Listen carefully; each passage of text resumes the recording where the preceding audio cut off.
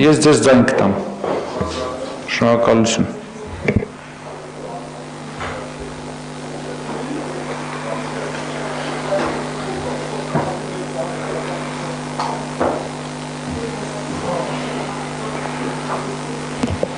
Շնորհակալություն։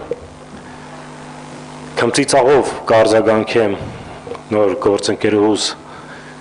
ելույթի որոշ դրվագներ, մասնավորապես, որ նշում է ելույթի մեջ այդ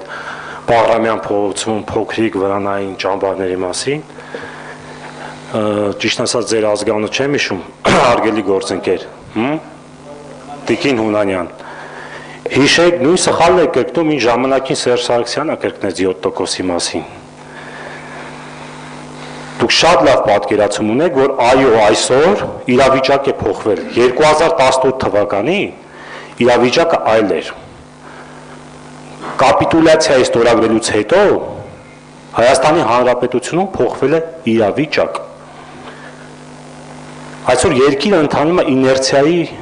շնորհիվ։ Չկա կառավարման համակարգ,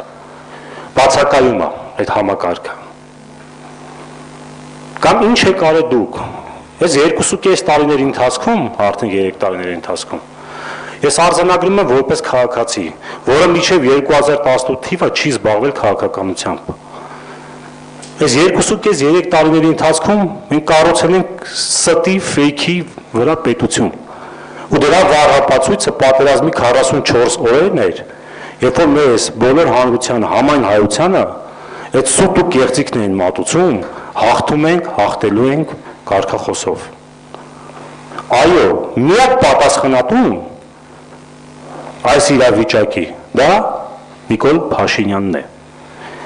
Այն մարդը, ով ստորագրել է կապիտուլյացիոն այդ համաձայնագիրը, հուշագիրը, իրավունք չունի շարունակելու կառավարել մեր հանրապետությունը, որտեղ դա ուղղակի ամոթ է։ Ամոթ է միջազգային հանրության առջև։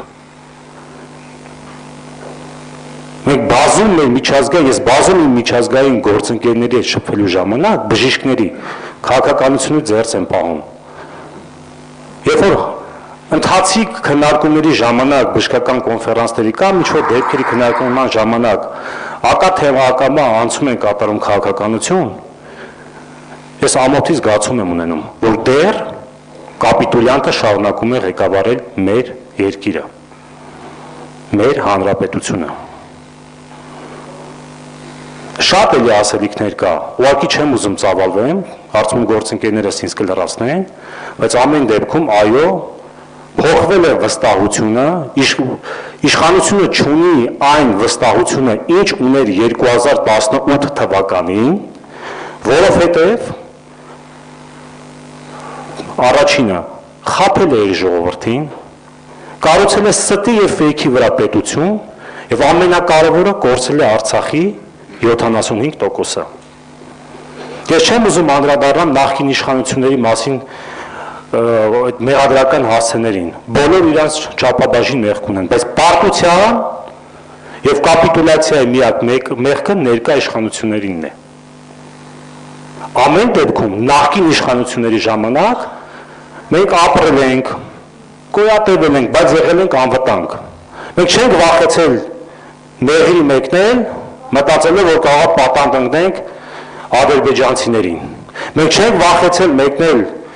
Ստեփանակերտ, մտածելով որ ճանապարհին կարող է մեզ որևիցե մեկին առևանգեն։ Դա չի եղել։ Բայց հիմա մեր ազգաբնակությունը վախում է անգամ գիշերային ժամերին Ղափանից տեղափոխվի Գորիս, եթե ինչ-որ առողջապահական խնդիրներ լինում, որտեղ անվտանգության առումով մենք կորցրել ենք ամեն ինչ։ Եվ այո, ԲՀԿ ավականու խմբակցությունը կողմ է քվեարկելու այս նախագծին։ Մենք պահանջում ենք կապիտուլյանտի հրաժարականը։